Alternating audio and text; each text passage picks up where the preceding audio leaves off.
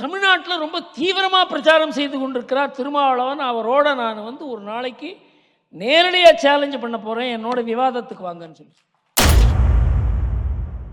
இந்துத்துவா பற்றி அண்ணல் அம்பேத்கர் பேசியது குறித்து விசிக தலைவர் திருமாவளவன் என்னுடன் விவாதிக்க வேண்டும் என துக்ளக் ஆசிரியர் குருமூர்த்தி சவால் விடுத்துள்ளார். அமித்ஷா பேசினார், அம்பேத்கர் அம்பேத்கர் அம்பேத்கர் என்று கூறுகிறீர்களே, இதே மாதிரி கூறினால், தெய்வத்தை கூறினால் உங்களுக்கு மோட்சம் கிடைக்கும். அம்பேத்கரை இழிவுபடுத்தி விட்டார்கள்.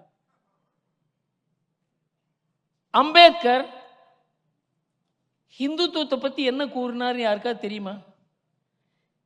ஹிந்துத்துவம் உயர் ஜாதிக்கு மாத்திரம் சொந்தம் கிடையாது, எங்களுக்கும் சொந்தம் அப்படின்னு கூறினார் அம்பேத்கர்.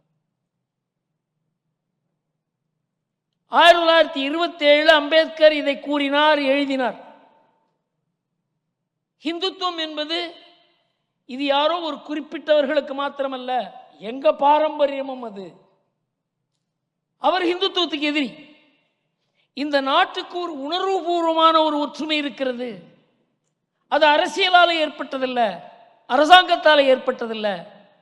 அந்த உணர்வுபூர்வமான ஒற்றுமை தான் நம்ம தேசத்தினுடைய தேசியம் என்று கூறினார். இது கிட்டத்தட்ட RSS பேசுவது போல.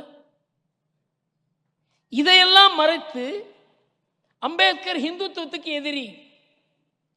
இதை தமிழ்நாட்டில் ரொம்ப தீவிரமாக பிரச்சாரம் செய்து கொண்டிருக்கிறார் திருமாவளவன். அவரோட நான் ஒரு நாளைக்கு நேரடியாக சேலஞ்சு பண்ண போகிறேன், என்னோட விவாதத்துக்கு வாங்கன்னு சொல்லி.